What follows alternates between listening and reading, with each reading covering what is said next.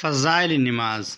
معزز سامعین کرام، آج کی ویڈیو میں آپ لوگ کے ساتھ ہمارے پیارے نبی حضرت محمد مصطفیٰ صلی اللہ علیہ وسلم کا ایک حدیث پاک جو کہ نماز کے حوالے سے ہے شیئر کرنے والا ہوں۔ تمام اہل مسلمہ سے یہی درخواست ہے کہ اس حدیث پاک کو توجہ کے ساتھ سنیے، کیونکہ اس سننے اور دیکھنے میں ہماری کامیابی ہے۔ بسم اللہ الرحمن الرحیم۔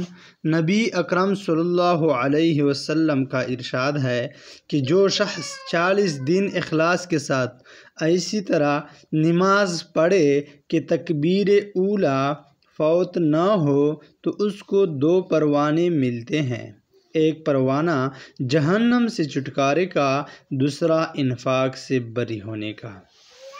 معزز سامعین کرام، شیخ صاحب فائدے میں لکھتے ہیں، یعنی جو اس طرح 40 دن اخلاص سے نماز پڑھے کہ شروع سے امام کے ساتھ شریک ہو اور نماز شروع کرنے کی تکبیر جب امام کہے تو اسی وقت یہ بھی نماز میں شریک ہو جائے، تو وہ شخص نہ جہنم میں داخل ہوگا نہ منافقوں میں داخل ہوگا۔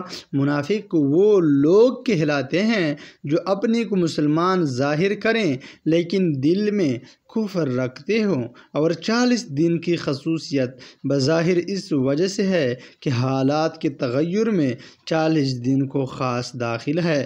چنانچہ آدمی کی پیدائش کی ترتیب جس حدیث میں آئی ہے اس میں بھی 40 دن تک نطفہ رہنا پر گوشت کا ٹکڑا 40 دن تک، اسی طرح 40 دن میں اس کا تغیر ذکر فرمایا ہے۔ اس وجہ سے صوفیاء کے یہاں چلہ بھی خاص اہمیت رکھتا ہے۔ کتنے خوش قسمت ہے وہ لوگ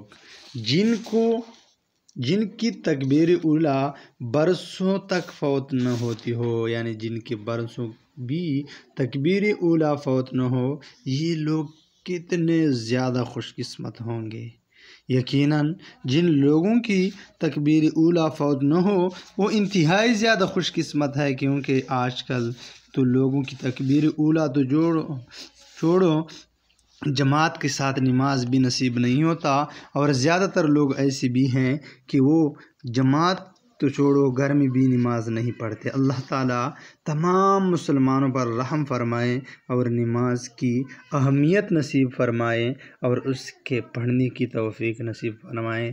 وآخر دعوانا ان الحمد للہ رب العالمین۔